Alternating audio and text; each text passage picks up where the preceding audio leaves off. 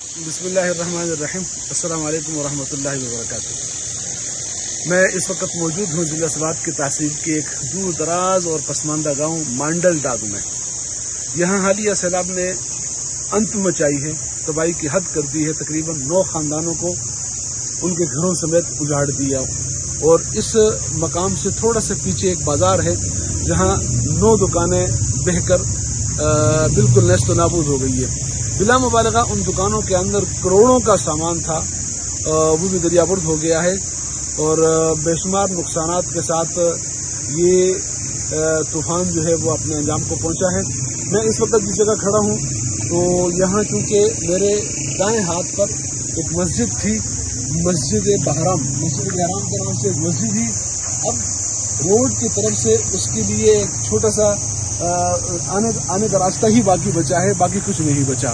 وہ پوری مسجد اپنی بنیادوں سمیت طوفان کی نظر ہو گئی ہے، سیلاب کی نظر ہو گئی ہے، اور ہم نے عارضی طور پر مسلح قائم کر کے یہاں اس محلے کے لوگوں کے لیے، اس بستی کے لوگوں کے لیے ایک مسجد بنا دی ہے، ٹینٹ کے اندر، مسلح کے اندر، تاکہ وہ اپنی عبادات اس میں جاری رکھ سکے اور چھوٹے ننے معصوم بچوں کی تعلیم و تربیت کا سلسلہ اس میں جاری رکھ سکے۔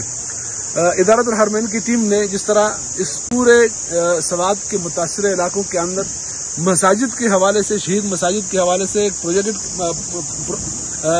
بہت بڑے پروجیکٹ کا آغاز کیا تھا، اور 8 شہید مساجد کی جگہ ہم لوگوں نے ٹینٹ نصب کرنے کی ایک کوشش کی تھی، سعی کی تھی، آواز بلند کی تھی۔ الحمدللہ ثم الحمدللہ آج ان شہید مساجد میں لگنے والا یہ آخری ٹینٹ ہے، یہ 8واں ٹینٹ ہے۔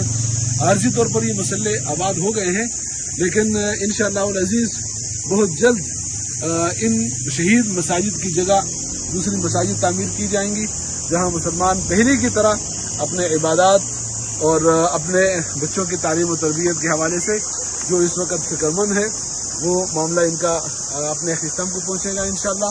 میں امت مسلمہ سے اپیل کرتا ہوں کہ وہ اس پروجیکٹ کے اندر بڑھ چڑھ کر تعاون کریں، اور اپنے عزیز اقارب کے لیے، اپنے مرحومین کے لیے یہ سارے ثواب کے خاطر ان مساجد کے ساتھ بھرپور تعاون فرمائیں، تاکہ سردی کا موسم آنے سے پہلے یہ مساجد تعمیر ہو کر آباد ہو جائے گی۔ بہت شکریہ، والسلام ورحمۃ اللہ وبرکاتہ۔